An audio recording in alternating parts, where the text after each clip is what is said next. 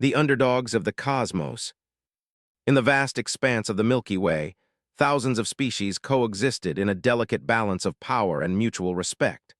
For eons, the Galactic Confederacy maintained order through carefully crafted treaties, technological exchanges, and a rigid hierarchy of influence. At the very top sat the ancient Dravians, whose civilization had mastered faster-than-light travel when most species were still figuring out how to make fire.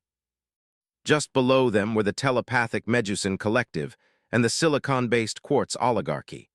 This cosmic pecking order had remained largely unchanged for millennia. Then humans arrived. Earth's first interstellar vessel, the UES Defiant, broke through the light barrier in 2157, using a propulsion system that the galaxy's elder races found both fascinating and alarming. It wasn't the technology itself that concerned them. It was crude by their standards, but rather how humans had developed it. While other species took careful, methodical approaches to advancement, measuring each step over centuries, humans had gone from atmospheric flight to FTL travel in less than 300 years. It was unprecedented and, to many, deeply unsettling. Captain Nikolai Volkov stood on the bridge of the Defiant, observing the massive space station that housed the Galactic Confederacy headquarters. At 42, Volkov was considered young for his position, but Earth Space Command had learned that conventional wisdom didn't always apply when exploring the unknown. With his weathered face, steel-gray eyes, and the faded scar running from his left temple to his jaw, a souvenir from the Europa colony uprising, Volkov embodied humanity's tenacity. "They're staring at us again," Lieutenant Jada Wilson remarked from her tactical station. Her dark fingers danced across the holographic interface as she monitored the dozens of alien vessels surrounding them. "The Dravian ambassador's ship has been scanning us for the past hour." "Let them look," Volkov replied, his Russian accent thickening as it always did when he was amused. "We're here by invitation. If our primitive ship makes them nervous, that's their problem." Dr. Elijah Okonkwo, the ship's xenobiologist, joined them on the bridge. His tall frame and deliberate movements contrasted with Volkov's restless energy. "It's not just curiosity, Captain.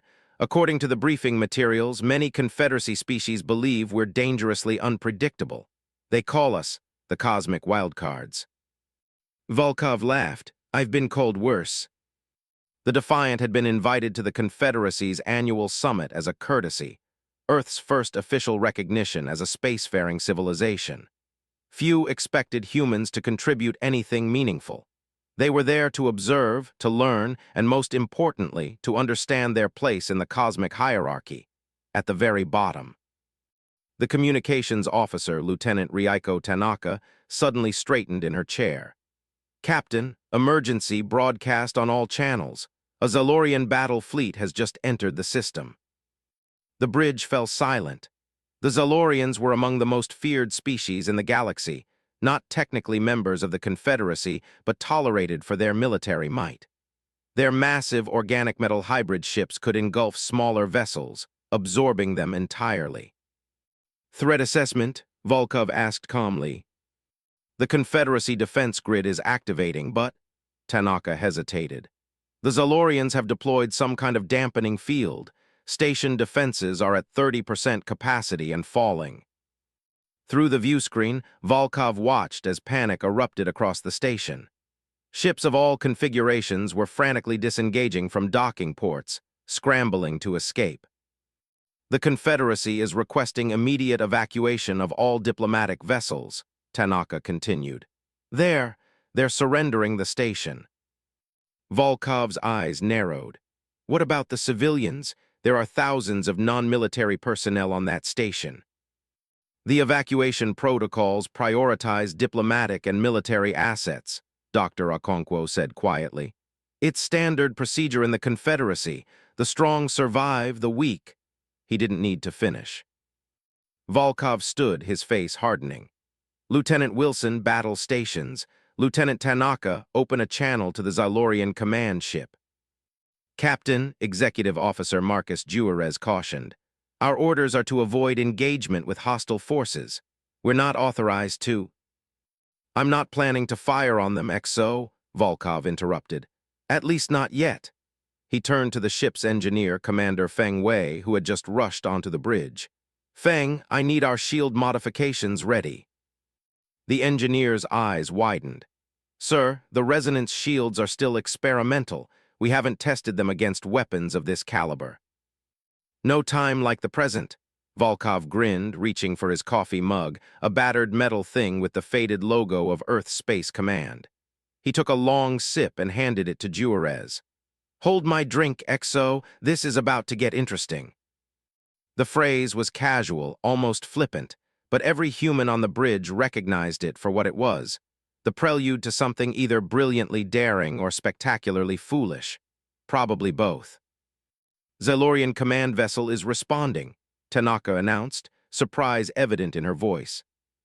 The view screen shifted to reveal a Zalorian commander, a being resembling a massive cephalopod with iridescent plating covering vital areas of its body. Its voice translator produced a deep, resonant tone. Human vessel, remove yourself from our operation zone or be destroyed with the station. This is your only warning. Volkov stepped forward. This is Captain Nikolai Volkov of the Earth ship Defiant.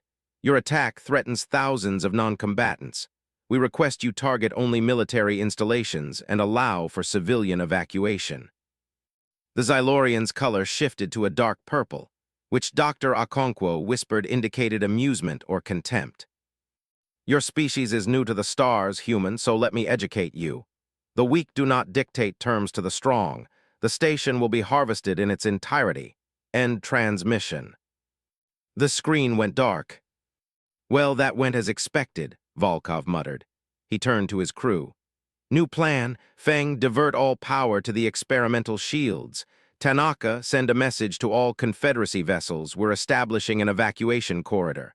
Wilson, target the lead Xylorian vessel's propulsion systems. Sir, Juarez protested, the Defiant can't withstand a direct confrontation with even one Xylorian warship, let alone a fleet. We're not going to fight them, Marcus, Volkov replied, using his XO's first name, a rarity that signaled the gravity of the moment. We're going to irritate them. The plan was audacious to the point of insanity. The Defiant would position itself between the Xylorian fleet and the station, using its experimental resonance shields to create a temporary safe zone for evacuation vessels. The shields, designed to absorb energy and redirect it, had never been tested in combat. They were meant for navigating solar flares and cosmic radiation belts, not military engagements. They'll crush us like an insect, Wilson said, though her hands were already programming targeting solutions. Only if they can hit us, Volkov countered, and humans are very good at not being where the punch lands. As the Defiant broke from the diplomatic formation and accelerated toward the oncoming Xylorian fleet, alarms blared across every Confederacy vessel. No one had ever deliberately engaged the Xylorians in open space. It was suicide.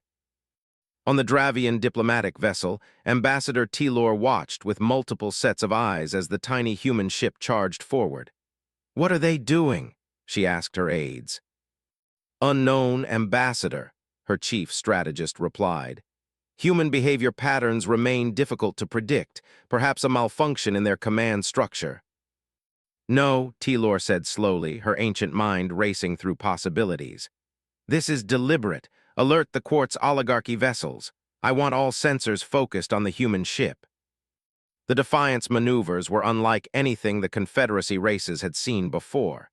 Instead of the careful, calculated movements typical of space combat, the human vessel darted and weaved with seemingly reckless abandon.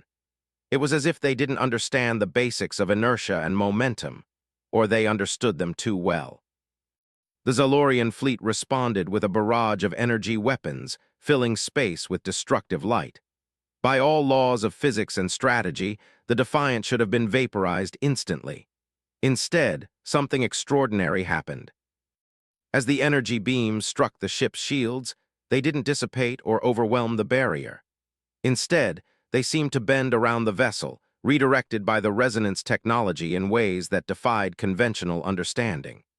The Defiant glowed like a small sun as it absorbed and channeled the massive energy output. Shield status, Volkov demanded, gripping his command chair as the ship shuddered. 90% and holding, Feng reported, his voice tight with concentration as he manually adjusted the shield harmonics. The resonance effect is working better than predicted. We're actually gaining power from their attacks. Volkov allowed himself a tight smile. Wilson, execute pattern Delta. Let's show them what humans can do when backed into a corner. The Defiant suddenly accelerated, not away from the Zalorian fleet, but directly toward it. The move was so unexpected that several Zalorian gunners overcorrected, their weapons striking their own vessels. They're reallocating their formation to trap us, Wilson warned. Perfect, Volkov replied. Tanaka, signal the station, tell them to launch all evacuation pods now. We'll clear them a path. As the Defiant charged through the heart of the Zalorian formation, it released the accumulated energy from its shields in a massive, controlled burst. The discharge wasn't weaponized. Humans weren't that advanced yet, but the effect was devastating nonetheless. Zylorian sensors overloaded, organic components of their hybrid ships recoiling from the sudden energy spike. In the confusion, hundreds of evacuation pods launched from the station, streaming through the temporary corridor created by the Defiant's disruptive maneuver. On the Dravian vessel, Ambassador Telor watched in stunned silence. Impossible, she whispered. They shouldn't have been able to calculate those trajectories so quickly, let alone execute them with such precision. Ambassador, her aide interjected, the human ship's actions have reduced Zalorian offensive capability by 47%. The evacuation is proceeding. Should we assist? Telor hesitated only briefly. In 15,000 years of diplomacy, she had never witnessed such a display. Yes, she decided. All Confederacy vessels are to follow the human example, protect the evacuation corridor. One by one, the diplomatic vessels of the galaxy's most powerful civilizations fell in behind the tiny human ship, adding their considerable firepower and defensive capabilities to the effort. The Zylorians, faced with unexpected resistance and the embarrassment of being outmaneuvered by an inferior species, gradually withdrew. Hours later, when the last evacuation pod had been recovered and the station abandoned, the Confederacy Council convened an emergency session aboard the Dravian flagship. Captain Volkov was summoned to attend, an unprecedented honor for a species so new to interstellar society. As he entered the circular chamber, Volkov felt the weight of thousands of alien eyes upon him. The council members, representing the oldest and most powerful civilizations in the galaxy, regarded him with a mixture of curiosity, respect, and barely concealed apprehension. High Chancellor Zix of the Quartz oligarchy spoke first, his crystalline body reflecting the chamber's lights in complex patterns. Captain Volkov of Earth, your actions today have disturbed the Confederacy's understanding of galactic order. Volkov stood straight, meeting the Chancellor's gaze unflinchingly. With respect, Chancellor, where I come from, we don't sacrifice the defenseless for convenience. A murmur rippled through the assembly. Such directness was rarely exhibited in council chambers. Ambassador Telor stepped forward. Your tactics were unconventional and would be considered reckless by Confederacy standards, yet they were also undeniably effective. This presents us with a quandary. How so, Ambassador? Volkov asked. For millennia, the Confederacy has valued stability, predictability, and measured progress, Telor explained. Your species appears to operate on entirely different principles. You embrace risk in ways that most of us abandoned eons ago. The Medusan representative, a being of pure mental energy contained within a hovering mechanical shell, added, We have monitored your species' history. In 3 centuries, you have advanced from primitive combustion engines to resonance shield technology. You have survived global wars, environmental catastrophes, and internal conflicts that should have eradicated your civilization many times over. You do not progress as other species do. Volkov couldn't help but smile. We're impatient. Life is short from our perspective. We don't have 1,000-year lifespans to contemplate each technological step. This impatience, Chancellor Zix observed, makes you dangerous. Only to those who threaten what we value, Volkov countered. The council chamber fell silent as the implications of the day's events sank in. Humanity, dismissed as primitive, unpredictable newcomers, had demonstrated capabilities that challenged the very foundations of the Confederacy's hierarchical structure. They had proven that innovation, adaptability, and what the elder races considered recklessness could be powerful advantages in a crisis. As Captain Volkov left the council chamber, he knew that humanity's place in the galaxy had forever changed. No longer would they be dismissed as cosmic curiosities. The phrase, "hold my drink," had just become the galaxy's most terrifying declaration of intent.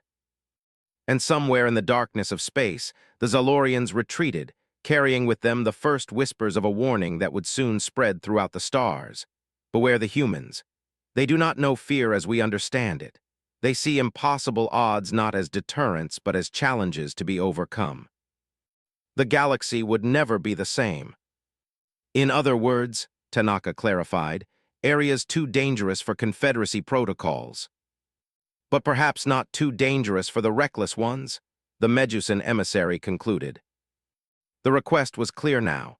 The Confederacy wanted humans to risk their lives where no established species would. They had designated humanity as their expendable problem solvers, suitable for missions deemed too hazardous for civilized races. Volkov exchanged a glance with Tanaka. The lieutenant's expression remained neutral, but he could read the calculation in her eyes. She was already formulating a plan. "We'll need full schematics of Station Omega," Volkov said finally, "and unrestricted access to all research data on the Nexus chamber. No redactions, no censored sections." T-Lore hesitated. "Captain, much of that information is classified beyond." "Those are our terms," Volkov cut her off. "You want humans to clean up this mess? Fine, but we do it our way with complete information." After a tense negotiation, the Confederacy representatives reluctantly agreed. Within hours, the Defiant was en route to Research Station Omega, located in a remote star system at the edge of Confederate space. The massive station orbited a dead planet, its circular design centered around the ancient Nexus chamber. On the bridge, Volkov reviewed the data with his senior staff.